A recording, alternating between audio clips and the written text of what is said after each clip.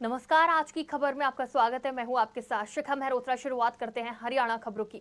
हरियाणा के मुख्यमंत्री नायब सिंह सैनी महेंद्रगढ़ जिले के प्रवास पर हेलीकॉप्टर से नारनौल पहुंचे, जहां उन्होंने भाजपा के रूठे नेताओं से मुलाकात की। इस मौके पर नेता रामविलास शर्मा के सतनाली निवास पर पहुंचे, जहां उनका फूल मालाओं से स्वागत किया गया। इसके साथ ही सीएम ने रामविलास शर्मा का आशीर्वाद लिया और मीडिया से बात करते हुए कहा कि शर्मा जी के आशीर्वाद से ही हरियाणा में तीसरी बार कमल खिलेगा।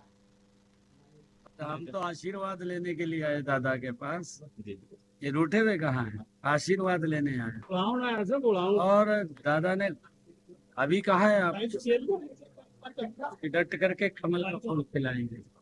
सब कार्यकर्ता लगेंगे, क्योंकि कार्यकर्ता तपस्या है, मेहनत है।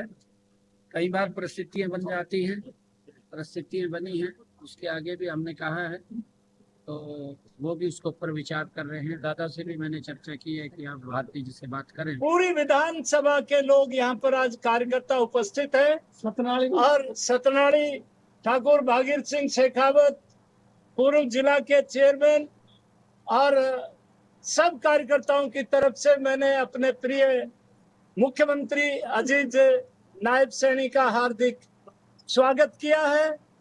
उनके साथ कार्यकर्ताओं ने चाय पर चर्चा किया है और भारतीय जनता पार्टी के कार्यकर्ता कमल के फूल के लेकर के घर घर जाएंगे। कुरुक्षेत्र में लाडवा विधानसभा से हरियाणा के कार्यवाहक मुख्यमंत्री नायब सिंह सैनी भाजपा की टिकट पर चुनाव लड़ रहे हैं, जिसके चलते उन्होंने लाडवा बाजार में डोर टू डोर कैंपेन किया और लोगों से वोट की अपील की और कहा कि तीसरी बार मोदी जी के आशीर्वाद से हरियाणा में भारतीय जनता पार्टी की सरकार बनेगी। वहीं दूसरी ओर उन्होंने केजरीवाल पर भी तंज कसा।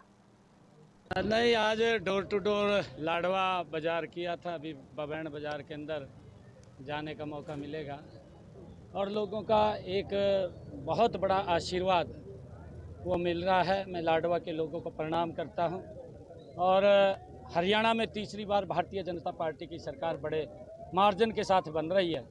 ये हरियाणा प्रदेश के लोगों ने तय कर दिया है और कोई कोर कसर नहीं छोड़ेंगे। आदरणीय प्रधानमंत्री जी ने अभी 14 तारीख को कुरुक्षेत्र की इस ऐतिहासिक भूमि के ऊपर आए थे।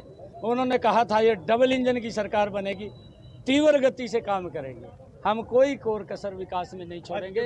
आदरणीय मोदी जी के साथ मिलकर रोहतक में बीजेपी की महिला मोर्चा की प्रदेश महामंत्री गायत्री देवी कांग्रेस में शामिल हो गई हैं।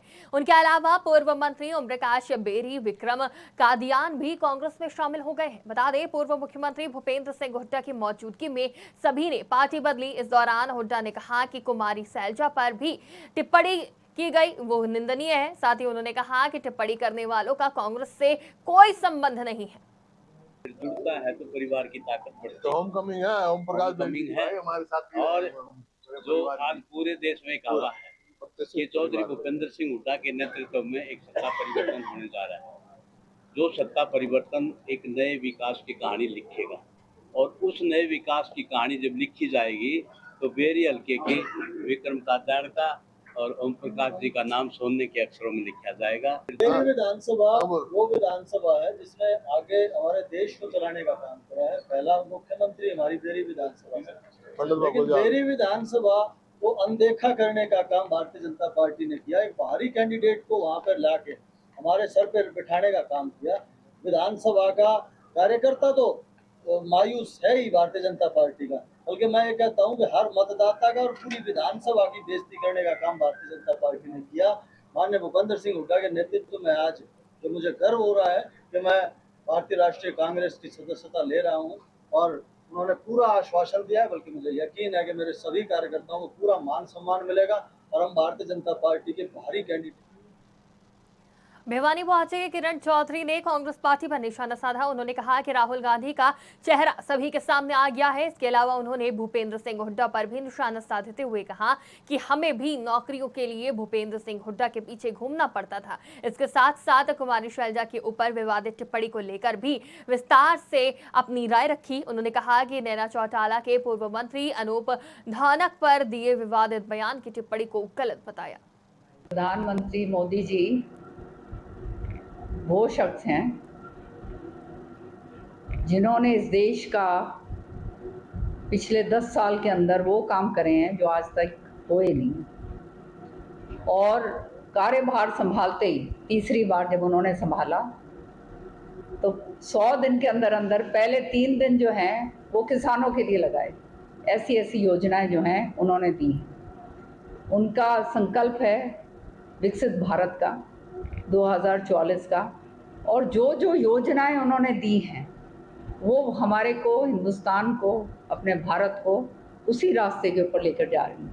आज विश्व भर के अंदर भारत की तरफ जब विदेशी देखते हैं तो बहुत इज्जत और मान सम्मान के साथ देखा जाता है। तो ये सारा का सारा श्रेय जो है हमारे माननीय प्रधानमंत्री जी नरेंद्र मोदी जी को जाता है।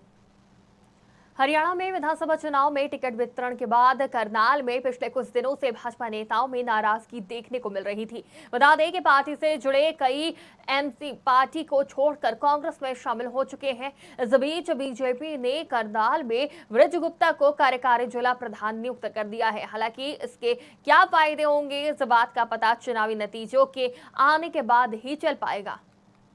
मैं अपने प्रदेश और भारतीय जनता पार्टी के शीर्ष नेतृत्व का तहे दिल से धन्यवाद करता हूं कि मेरे जैसे छोटे से कार्यकर्ता को उन्होंने एक बहुत बड़ी जिम्मेवारी दी है और मैं इस जिम्मेवारी को पूरी निष्ठा और ईमानदारी से निभाऊंगा। सभी कार्यकर्ताओं के मान सम्मान को आगे हमारे जिला के बहुत ही माननीय अध्यक्ष आदरणीय योगेंद्र राणा जी हमारे असंध विधानसभा के प्रत्याशी है और संगठन की रीतियों के हिसाब से संगठन में जिस तरह से जिलाध्यक्ष होना चाहिए था तो उसमें उन्होंने आदरणीय श्री वृज गुप्ता जी को, जो हमारे जिला के कोषाध्यक्ष भी रहे हैं, उन्हें कार्यकारी जिलाध्यक्ष बनाने का जो दायित्व दिया है, मुझे विश्वास है जिस भाव से उन्होंने पार्टी संगठन की सेवा की है, आने वाले समय में पांचों विधानसभाएं बड़े मार्जिन के साथ कमल के फूल को खिलाएंगी और हमारे तीसरी बार हरियाणा में पूर्ण बहुमत के साथ भारतीय जनता पार्टी की सरकार।